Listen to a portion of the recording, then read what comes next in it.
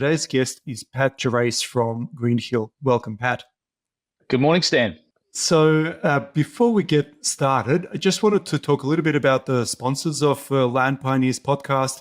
So Eagle Vision, we're your trusted partners in property development, driven by a commitment to transparency and a straightforward process, and a deep passion for helping our clients create sustainable legacies that'll endure for generations to come. And some of the things that make Eagle Vision unique and why we may be a good fit: less is more, 24/7, and no surprises. So less is more, strategy beats tactics every day. With our background in property development, the strategy of effective 3D visuals is the most important component and takes priority over everything else. After nearly 700 projects completed in over 16 years of operation, we're pretty confident in what we create is going to achieve the result that our clients are looking for. 24/7, round the clock, with our team based in Australia and Europe, we work on a 24-hour turnaround to increase pace for our clients and their projects. And ultimately, no surprises, total transparency. We pride ourselves on transparency in operation, and we've built systems and processes to involve our clients at every step of the way. They get to see the inner workings of the process, and they can track the progress of their projects intimately. We're constantly also thinking of new ideas and experimenting on these internally in order to ensure the best return on our client's investment. One of these is our interactive master plan for large-scale communities, where some of the features include being able to track and analyze buyer behavior for informed decision-making, such as which lots are attracting the most interest, amongst others. So experience the future today. Visit us at www.eaglevision.com.au and discover a world of possibilities.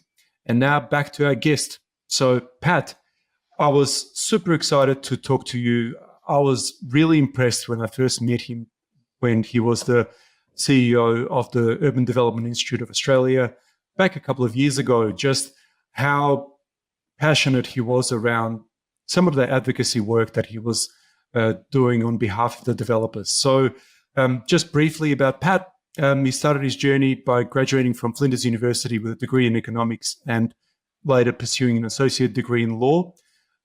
Began his career in finance and then moved into government planning agencies in South Australia. He's worked on some pretty significant infrastructure projects like the North-South Corridor and the Adelaide Oval, after which he joined the Local Government Association of South Australia, where he made some pretty important progress and strategic initiatives. And then along the way, he was also involved in making a whole range of cycling tracks all around Adelaide, which I'd love to touch on a little bit later on. So then when Pat became the CEO of the Urban Development Institute of Australia in 2015, it was a particularly important step in his career, where he regularly advocated planning and development policies on behalf of large-scale land developers with local government. So he's now progressed back to the private sector as the company CEO of Greenhill, a civil engineering company, and he uses his wealth of knowledge and experience to bring about change and lead key projects across South Australia and beyond. So that's a little bit about Pat, and obviously we'll get into a lot more about it. So Pat, what sparked your interest in land development initially? That's a good question, Stan, and it probably goes back a very long way. So if you, I might touch a little bit back on the journey of where it all began and where I think and I reflect. I kind of go back to where I guess it started for me. When I finished my degree in economics, I was lucky enough to get an opportunity to work for a large investment bankers trust, and I moved to Sydney for a short period there and helped them transition their business over to South Australia.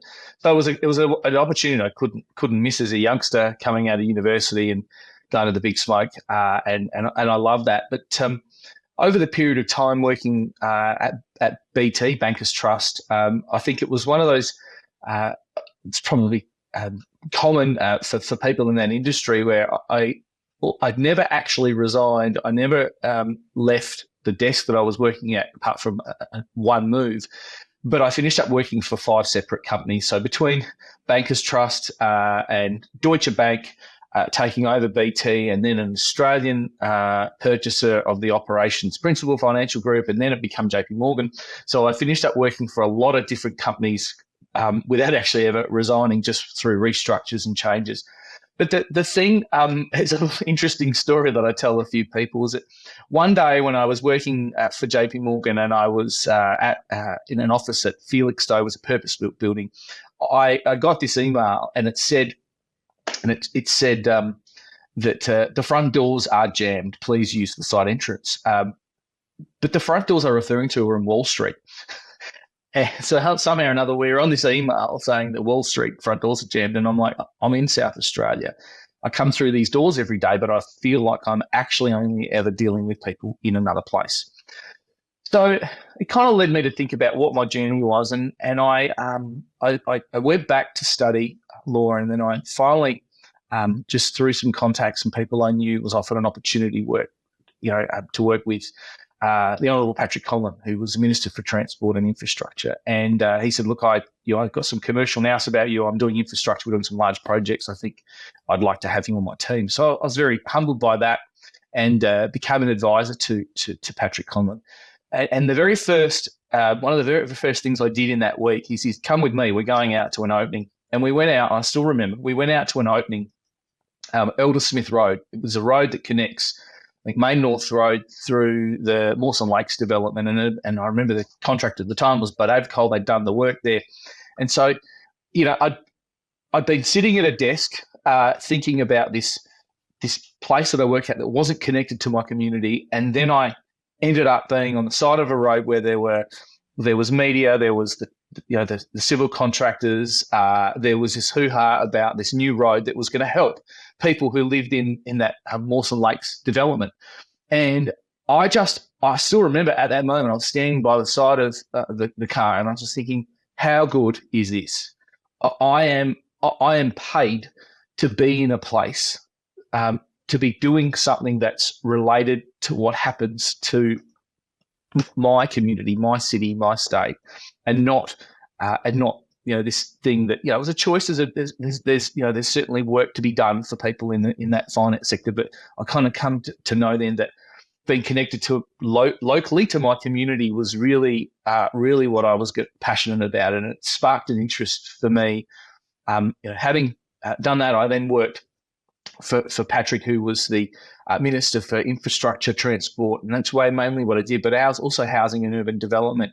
And so through that journey, I started to get an exposure to the conversations we had around infrastructure at Mount Barker, new development fronts, understanding road infrastructure and how it services new developments. And so it was really that hard, that high level state government infrastructure that kind of opened my eyes up to the stuff that's happening at the ground level and the impact that it makes to people. And so naturally, that became a passion for me. And whenever there was discussion about what you may or may not do within the government, when I was working as an advisor and also chief of staff for a period there, I always felt like infrastructure was the bit that I was interested in. And so when Patrick retired, I went and worked for the new minister at that time, who ended up being the treasurer, Tom Coots-and-Thomas, and so I had a stint with him for a while, which is really enjoyable. He was a great guy. And so the passion was there, and so everything after that kind of flowed. Whether it was working for the local government association, I was the executive director of their policy area, and of course, being connected to local government and understanding local communities was a great exposure. But of course, then I guess my real passion, was then kind of really enhanced with representing the sector around property development and the urban environment. So it was for me, UDA was a dream job, and I loved it. I guess the thing for me, and then at some stage I thought, okay, well, I've done this for a while. I'm so passionate about kind of the development side of things and what we can and can't do that, on opportunity at Greenhill, where I'm the CEO now, where we do civil engineering, but landscape architecture, electrical engineering, and a whole range of things around development, just kind of sees me, naturally continue on that in path. The sweet spot. Yeah. So that's a little bit about how it all started. Yeah, brilliant. Look, I can completely see how this esoteric sort of finance space and then suddenly coming to a real practical place where you can impact real Yeah, people, you can see it straight in front of you. It's yeah, amazing. So I was keen to hear about some of your early mentors yeah, and some of them and how you've sort of taken along their lessons and yeah. put them into Well, place. look, first of all, I'm just going to say, in a general sense, mentors and people to guide you are really, really important. And I still remember from the time that I started back in, when I had a part-time job working at at a restaurant. I was, I had. I naturally had an inclination to want to learn things, wanted to do the right thing, and wanted to work hard because I just like getting stuff done, and that's naturally led me to kind of form relationships with people along the way. I think that's always been critical to kind of how I've got to my next role. So I guess I'd have to start with obviously Patrick Collin, who I worked for 7 years. One of the longest serving transport infrastructure ministers. One of the smartest guys I know, but a bit temperamental sometimes, but a good friend of mine, and a very smart guy, a guy who wanted to get stuff done. I learnt a lot from him, mainly through observation, the rough and tumble of what we do, what we did each day. You learn through. I always think you learn through observation, and I. He was always prepared to, I guess, to some extent as a mentor. One of the things he did is he gave to all of his staff a lot of trust. There were always there are bosses and there are people that you work with that like to know absolutely everything, and you kind of, and that's a style. But then there are others that are delegate obviously a little bit more. And for a minister of the Crown to be able to say, okay, I trust you to take care of things for me, that makes you feel like you've got some ownership. It makes you feel like you've got a lot of responsibility in doing things, and they've given you their trust, so you don't want to let them down. So for me, him as a mentor was really important. One of the things I guess that I was lucky to have as when it particularly relates to land development. In my time at the UDIA, 7 years, I think I went through, I had 4 separate presidents because they have 2-year terms, and each one of them brought something distinctly different, and you formed a relationship. So started off with John Stipson, who was a UDA national vice president, a president in South Australia, and on our executive council. Monish Bindi, who I'll touch on a little bit more later, but is who I work with now as a president. Jason Green, who works for Lancer Communities, was a president that I worked alongside of, and each of them had things that they championed, and they talked to me about. John Stimpson as a friend and a mentor, as a planner, he gave me a lot of guidance in terms of public realm and understanding. He's a very community-minded guy, a very fair-minded guy, is why I guess the government's chosen him to lead the planning review and things like that. He's on the planning commission. Jason, is very passionate about the projects that he does, and so as a land developer, he was primarily land division. But then Daniel Palumbo later, this is a guy that that had never built a hotel before, and so he builds a Sofitel 30-story Sofitel hotel in the city, and then wins national awards for it.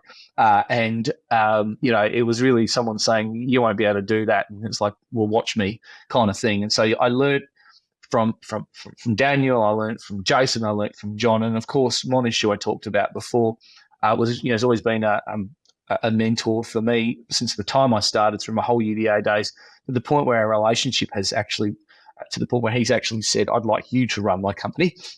And that's the ultimate. That's not just running the industry body, but his pride and joy, Greenhill. And I've accepted that challenge, and we work closely together.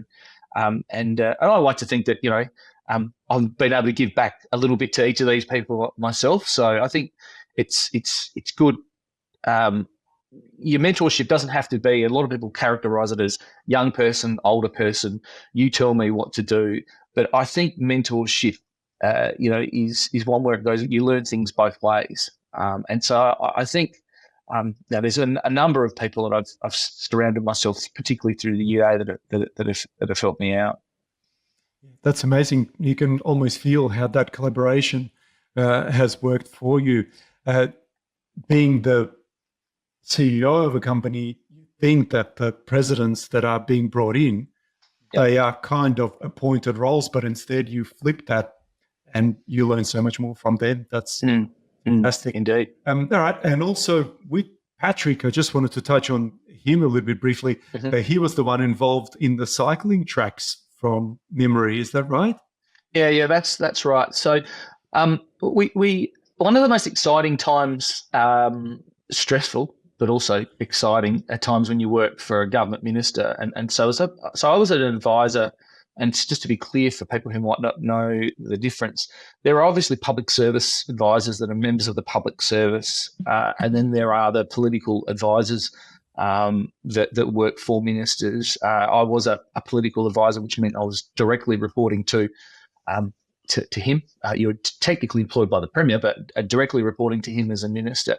But one of the exciting things at times working for a minister is, and stressful, is at that time when you get to elections. Elections are where parties need to come up with policies, initiatives, and it's not so much that you go to the public service and say to the department and say, tell us what you think we should do. It's really about having leadership, because your party is seeking to get elected based on your ideas and values and what things you've got in store. And so I actually worked with the Premier's Chief of Staff at that particular time, Jay Weatherall's Chief of Staff, and we were asked to he was a minister for I think that at that stage he might have been the Minister for Environment, Jay Weatherall, but and I was working as a transport advisor, and we there was certainly a lot of talk around Adelaide about cycling, and I think I'm not sure whether the Tour Down Under had started at that stage or not, but certainly we knew that it was something that the people were interested in, and around the time of the 2006, I think, 2010 election, I had young kids, and of course they want to get on their bikes, and so you start to, as a person, you learn, you think, okay, well, where are my kids going to ride their bikes? And I think even at that time, riding on the footpath wasn't permitted. You had to ride on the road, even if you're riding slowly, you have to ride on the road, and you kind of start to think about what is actually, what's safe, what would work for the community. And we came up with this notion of Greenways, and the Greenways were, well, what's the one thing that kind of cuts through all the suburbs that makes the traffic stop, that has some infrastructure, land on the side that could be used for cycling, and it was the railway corridors. And it's probably not. I'm not sure that it's it's probably done elsewhere in the world. It's not it's not that, probably not that uncommon. But we looked at Adelaide and just went, well, if the train, for example, the train goes from Adelaide station through to Merino Rocks, why can't we start to look at a bikeway that goes along the railway line, and what can we potentially do? So we looked at lighting, we looked at landscaping, we looked at the bike paths themselves in terms of safety, and so we came up with this concept of Greenways. I think a lot of them have been completed. There's been a lot of great bike paths that are called the Greenways. There's probably still some very big infrastructure challenges. If there's been a stable pole put, my pet hate is the stable pole that's sitting right outside of the right next to the tram line on Green Hill and King William Road. I would love to see that moved at some stage. To know that we could sort that out. But there's just, the idea was created just through, what would the community like? What existing infrastructure can we repurpose? Because, the notion of just stopping parking on main roads, it's really difficult. I mean, if you lived in Adelaide long enough, you'll know that for the best part of a decade, there was just a back and forth around Frome Street and the Adelaide City Council and a dedicated bikeway. It frustrates me knowing, like, how could it be so complicated? But try and magnify that across Adelaide. Shop owners, houses, stopping the parking, looking at the flow of traffic. That was always going to be difficult. But the carriageways and the roads along train lines seemed to be an opportunity. So we grabbed onto that. We made it an election policy, and the government got re-elected, and it got essentially rolled out with funding. That's a big thing too. Is that when it's an election commitment, you put some money on the table, that there's a commitment, which was really pleasing. Yeah, well, it was certainly a success. Coming across from Victoria about 5 or 6 years ago, I've always had the notion that South Australia is the cycling sort of space for cyclists, those people that want to do it. And clearly it's been very successfully implemented. So congratulations on that. So moving on to some of the projects that you worked on, things like the Adelaide Oval and North-South Corridor. What was it like to deal with those sort of challenges? Yeah. Well, I mean, to be fair, those kind of projects don't happen without a lot of people being involved. And so, I was but one small part of a big wheel. It started, I think, things like the Adelaide Oval, which is, there was a massive project, a place that I'm going to head to tonight to watch the football, and it's a wonderful asset for South Australia. I think we've seen that through the AFL Gather Round, and it's still classed as one of the prettiest and the best ovals in the world.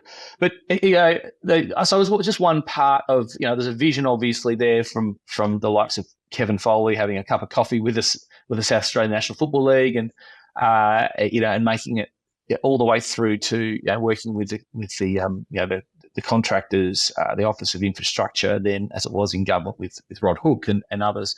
So it was quite stressful. I learnt a lot. To be honest, that was one where you learnt through observations, where you had both the SANFL and the South Australian Cricket Association at loggerheads, have been loggerheads for years, and very high profile people that were both represented, through Andrew McLaughlin and Lee Wicker, and watching Patrick Conlon navigate through that, was pretty difficult. One thing that stands out to me is that you had obviously the champions of the policy being the government, thinking this is a good idea.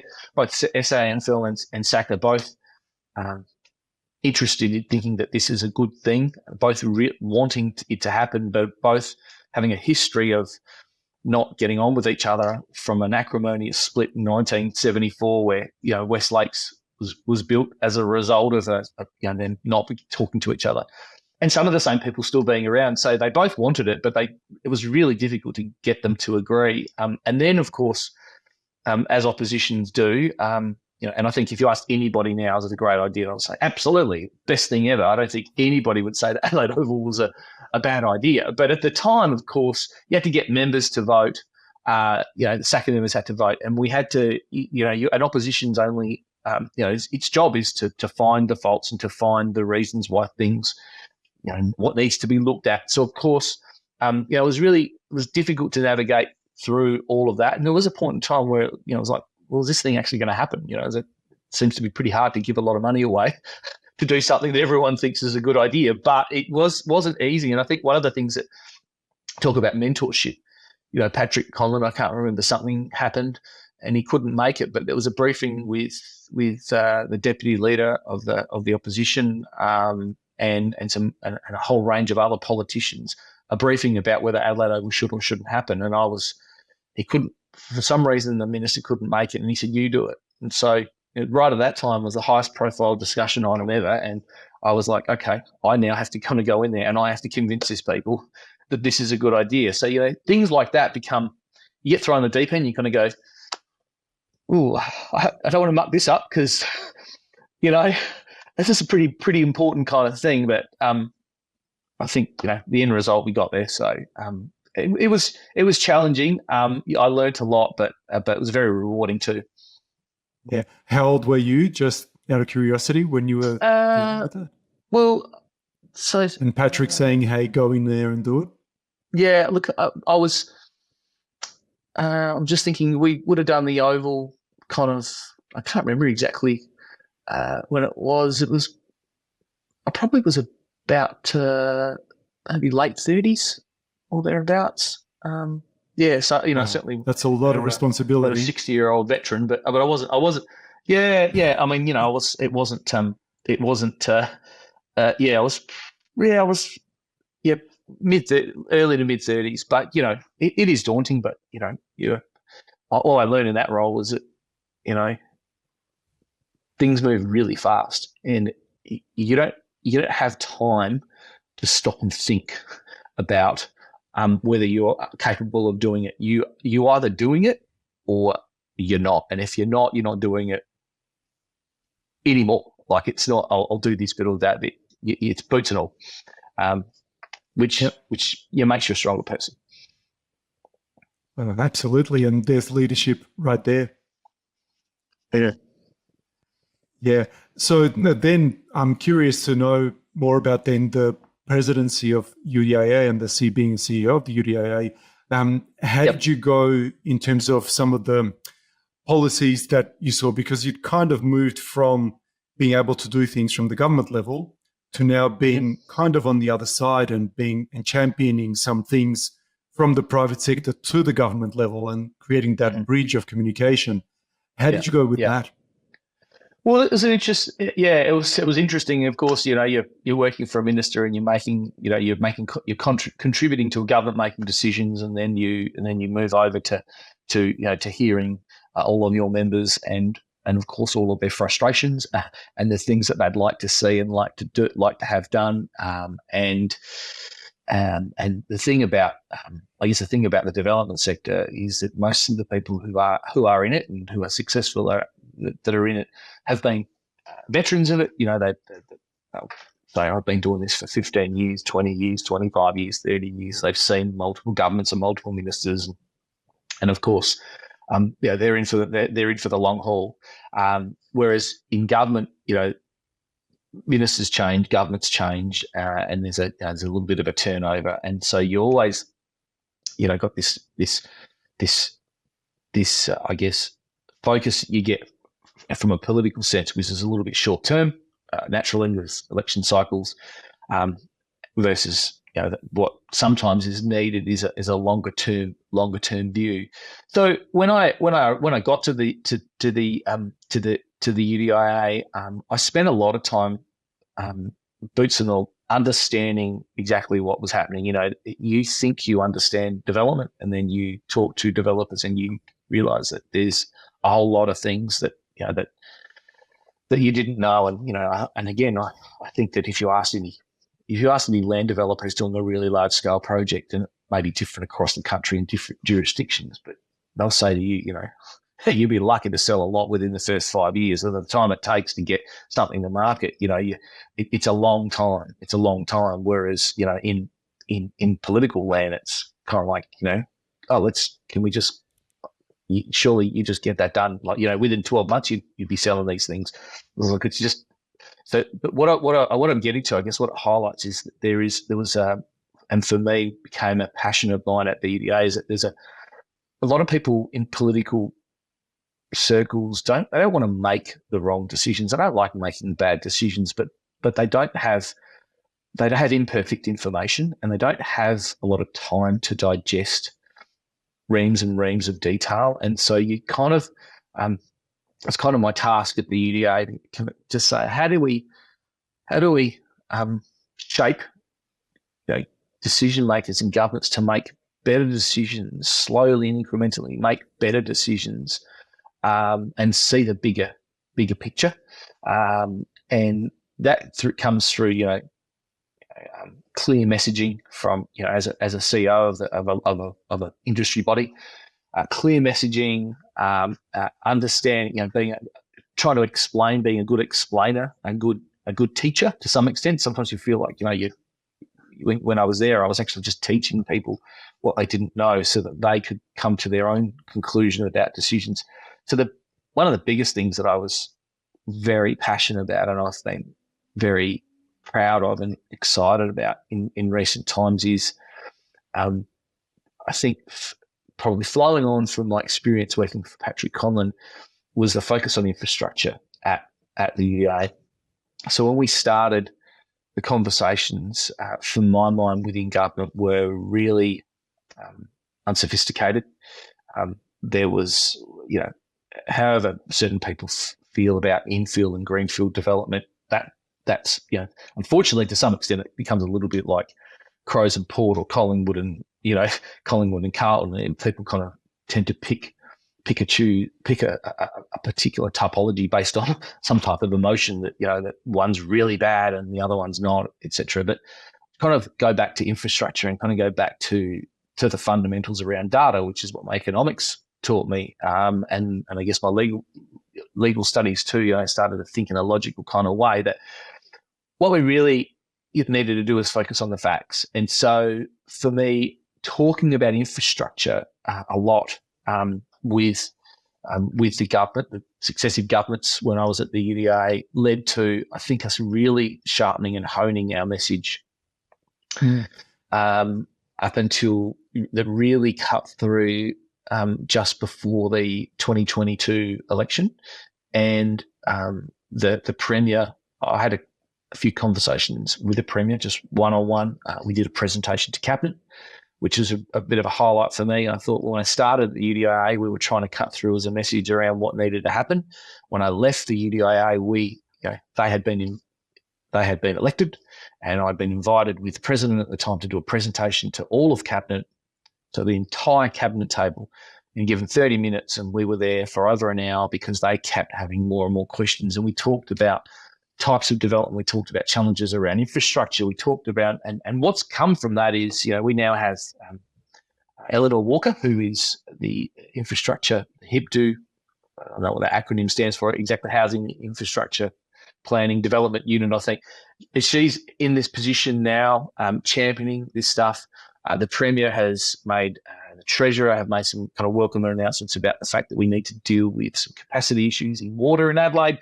And so a lot of that stuff, to be fair, it's all probably come from the housing affordability crisis as well. But they are things that the way in which we tackle these things and the things that I could see were on the horizon have started to get some traction within government. So I look back on that time, and I'm really quite proud of the work that I did with those presidents, with the board, and how we position, I guess, the UDA to send a message about what's required to deliver developments in South Australia and what they need to start focusing on. So that's been particularly pleasing.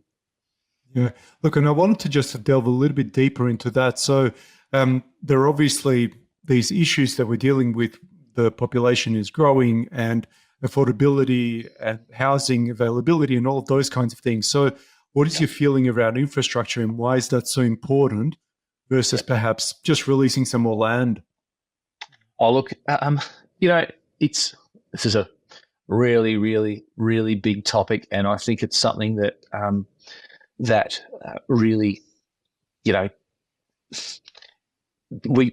I think as a country, not just as a state, as a country, we really, really need to think about how we do this better. But things are changing so rapidly too, in terms of consumer preferences and a whole range of things around sustainability, that it is very difficult. I guess the thing that governments all need to make sure that they've got infrastructure around new developments. We can't. No, I don't think any developer, I don't think anybody, subscribes to just simply, find a parcel of land and get some roads on it and off you go.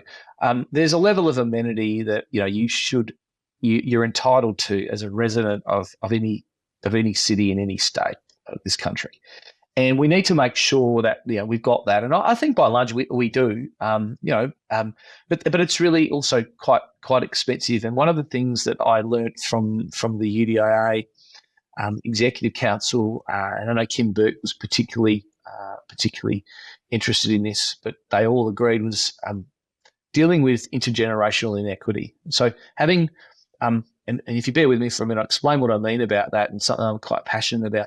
I studied economics, and one of the things that we went through in the 90s is that, is a scorched earth economist model. It's really, we looked at the car industry and we said, subsidies don't work. It's got to stand on its own 2 feet, and it was always user paid, and there was a whole range of things that led to, this kind of efficiencies that economists love to see on paper. But there's also, without kind of wanting to sound like a socialist, kind of right the other way, there is a broader role for governments to play in terms of investing in infrastructure. I mean, taxation is collected. Every person, Patrick Conley used to say this, every person that, we collect tax for is, uses a road, uses a hospital, uses a school, and you've got to balance all that out. When people used to say spend it all in one area.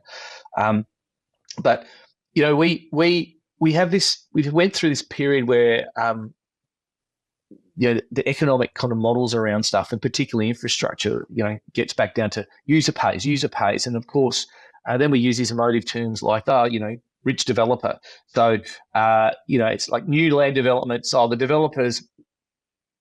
A rich developer, they can pay for the infrastructure. The state government doesn't pay for it. User pays, and off we go. Well, what we do know is that the people who pay are the people who purchase the allotments.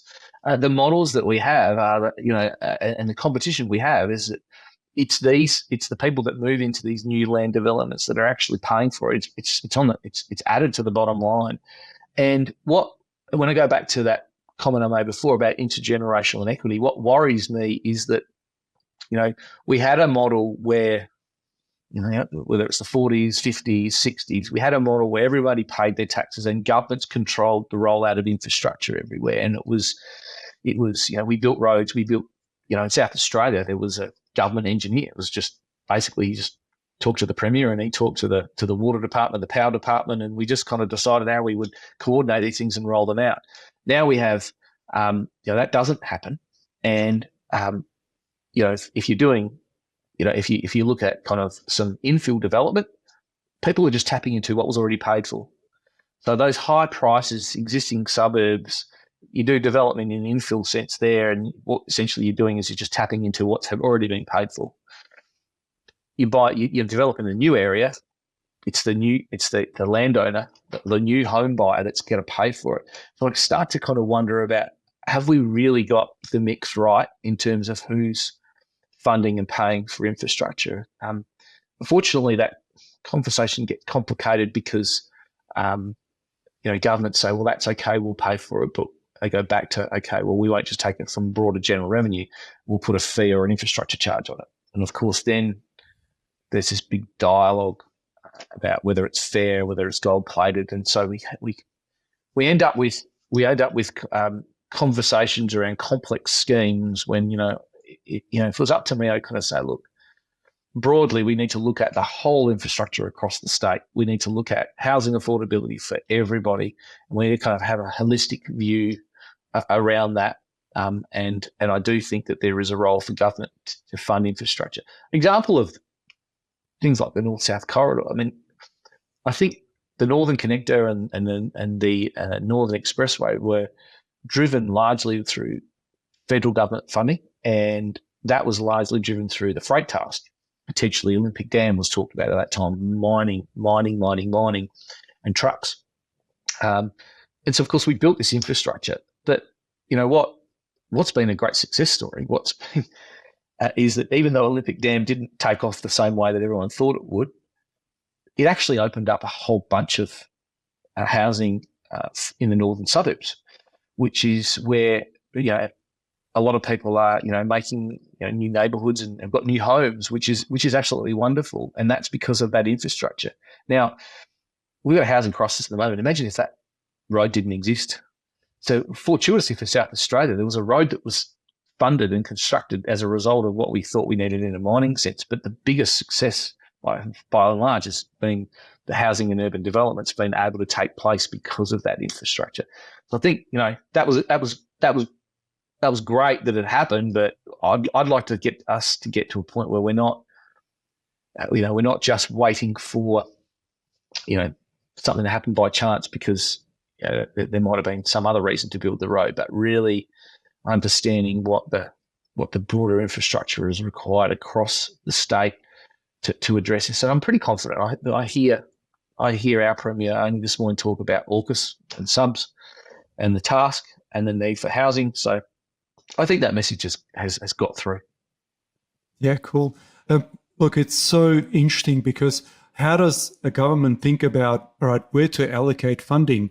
Do they put money into the roads connecting down to Aldinga, like down south or to the north? Or do they put money into the Marion Basketball Centre? Where is the priority? Do they then work on the hospital? So do you have any views on those, how they should actually allocate funding?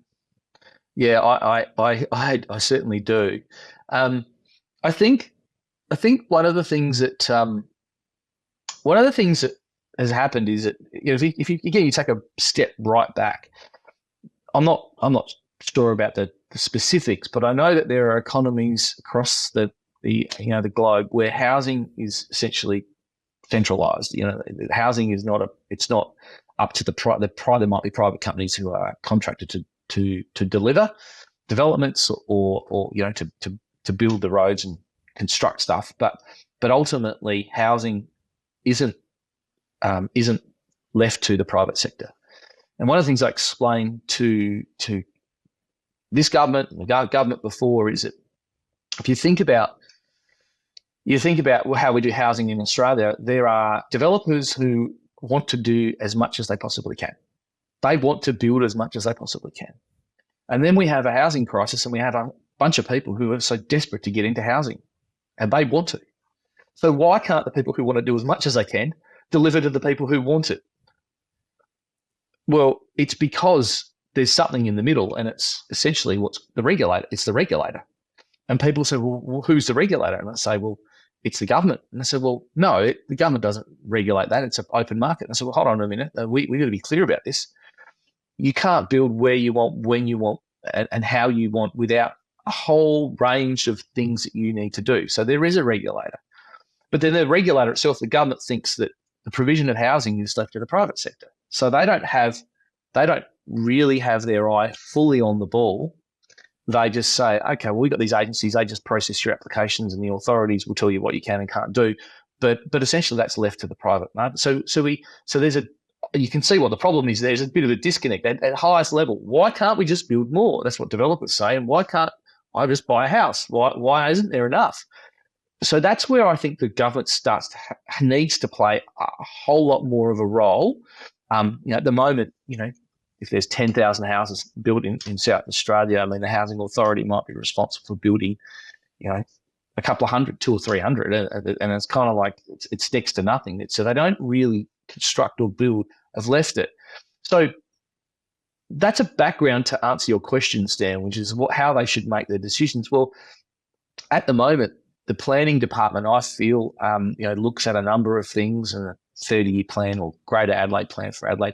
They look at a number of things and they consider, sustainability. They consider cycling. They consider walking. They'll consider, what each of the councils' some vision for their area is, and they'll have a whole range of things that they put in. But where I think they have fallen down, and I don't mean a particular person or anything new, this is over a long period of time, I think the economic numbers around where Adelaide can and can't grow are the things that planning department and the government needs to be better at. And I think we've seen green shoots with the housing and infrastructure coordinators starting to get an understanding, well, hold on, if this is a private market, but the private market's failing because all these people can't build their houses, their developments, because there's no water. There's no clearance from the water authority because they can't provide it. They're unearthing some of these things And that's the kind of stuff that needs to feed into a government saying, okay, well, we need to play a more active role. Let's really be clear about what level of infrastructure is there. Let's be clear about what capacity there is in the system in terms of development ready. They've got to play an active role in that. And that data and that work they do, I think then informs that question that you asked, where do they invest? And so there's no point saying we've rezoned all this land in a particular area and look at us, there's 10 years or 15 years of a land supply, and it's all in the northern suburbs. And then there's a whole cohort of Adelaide that lives in the southern suburbs. And I don't know about, I know, Stan, what I know is this, is that, if you've got kids and they've gone to a school down in the south and they've grown up and their friends are in the south, they're not interested in buying a house. If you grow up in Ranella, you're not interested in buying a house at Anglevale. There's nothing wrong with Anglevale, but we know some of these things. So we need to be clear. That's one of the things I championed at the We need to be clear about the markets, like each of the sub-markets. We need to be clear about what actual development capacity exists. And here's me going back to the logical economics part of it. What capacity exists? What can we do? What can the government do to unlock those areas, understanding those sub-markets? So I think unfortunately we're coming from a way back in terms of making those investment decisions. But I'm enthused by some You're optimistic green and shoots. hopeful. Yeah, I am at the moment, and I think that's largely been driven by the development sector and led by the UDA actually, and continue to be led by Liam now, who's there, around the need to get infrastructure right. You got a housing crisis. And the Premier said this at an event that we hosted at our 20th birthday only a couple of weeks ago. He said, for a long time I understood, and you hear about housing affordability, and we talk to builders. We talk to builders around the cost of materials and the cost of tradies, and it's all about the actual dwelling. But he said he didn't realise until kind of just more recently, after some briefings and I guess some chats, that the housing affordability and the pipeline of supply is just as the infrastructure that goes to actually creating the roads, the sewer, the water, the comms, all the stuff that Greenhill is involved in. That work is just as critically. No one's going to build a house if the development's not approved. Yeah, absolutely. Look, and I'm really excited that you started talking about this, because obviously your passion for infrastructure has now led you to Greenhill. And so with Greenhill, what are you looking to create? How do you want to take that to that next level as a company? Where do you see that going? Look, Greenhill's been awesome for me to come to. One of the things that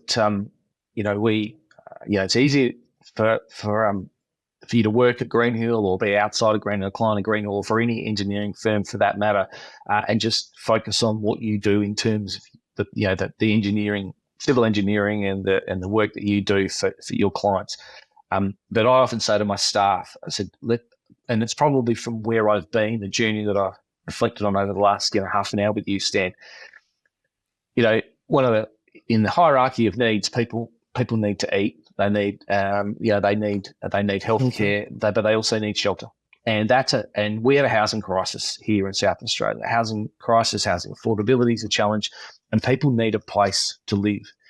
And I often remind our people that the role we play, the things that we do as a business, are helping our clients, who we treat kind of like family. They are the people that we're working for, who are doing great things for this state. They're providing the developments for people to build their houses, to create a neighbourhood, which is where it'll be someone's home, somewhere that they get to raise a family. So I always say, never underestimate the importance of the work that we ultimately do. For me personally, Greenhill's been around for 20 years, and it's done some amazing and awesome things. But one of the things that I was really keen to do in my evolution of my personal development is lead a team, like a larger team. And I've been just so happy to kind of work with a number of people who are so passionate about, kind of going the next level in terms of, I think we have a wonderful culture here of people supporting each other and getting outcomes for our clients. But we know that there is such an optimism around South Australia. And again, I was hearing this only this morning on the radio. The Premier came from a forum when he said that, that we potentially need 15,000 workers here in South Australia, and 15,000 workers are going to need somewhere to live. If that's additional people, they're going to need somewhere to live, and we're going to play our part in working with our development clients to do great things there. I'm also lucky that Greenhill has the capacity to do and delivers transport projects and electrical engineering section. So a lot of the good friends that I know from working as an transport advisor for Patrick are the same people that are in the transport department now. And so, I now just on the other side, I'm still involved with some kind of wonderful streetscape upgrades in the Adelaide City Council area. We do high-speed road designs, and so you can see I've kind of continued to gravitate to certain things, Stan. And I'm just lucky that I've been able to follow my passion. Yeah, that's awesome.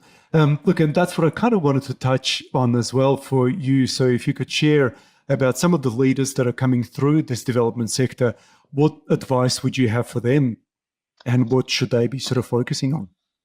I think for me, the one thing that I if I reflect back on my career and what I've taken most and learnt from is it's you don't know what you don't know, and you only get that through the journey of discovery. And I found that most people, nearly all leaders, people who do great things, are prepared to share and teach and mentor you if they know that you're hungry and passionate for it. So I would say to those young people that if you probably people have probably heard this before, but if you want to come to work from 8:30 to 5 and just clock on, clock off, clock off, and do the minimum, but or just do what is expected of you, but then have a view that I want where's my professional development, where's my mentorship, where are my new opportunities? Those things don't come to people by just showing up. They come to people because you relish and take the opportunity when you see something that's a challenge, or something that's where it's really busy, and you rise to that occasion. So I'm going to do this. I'm going to take that, and I'm going to show that I can do something. And what you'll get, I think, from mentors or older leaders in the sector, male, females, is that if they see someone really giving red hot crack, they naturally think those leaders will say, that reminds me of what I was like, and they will naturally take them under their wing, and they'll gravitate to those people. I think so. For young people, I would say, there's no substitute for hard work, and the people that will teach you and the opportunities that you seek will come when you show that willingness to do it. The thing that that frustrates me the most is that when people have expectation, like I'll prove to you about how keen I am and how good I am when you give me the opportunity. But it's like, well, hold on. Sometimes you need to make it your case so compelling that you can't be looked over. Like, start doing the job you want. Don't wait for it to be given to you. Yeah, brilliant. Look, I love this. I think it's a perfect place to finish up.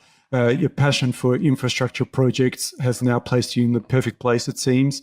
I hope you're super successful with Greenhill and it goes to exactly how you want it to go. But really appreciate your time. And I think all the listeners would also get, hopefully, a whole lot out of this. And at the end of the day, we're here to share the insights and learn from each other's journeys. So thank you for tuning in to the Land Pioneers podcast, and where we interview some of the most prominent land developers in the industry today. So it's been an absolute pleasure having you with us here. And look, we'd always love to hear your thoughts, and remember to rate and share the podcast if you found it of interest. So thanks again for your time, Pat, and you have a fantastic day.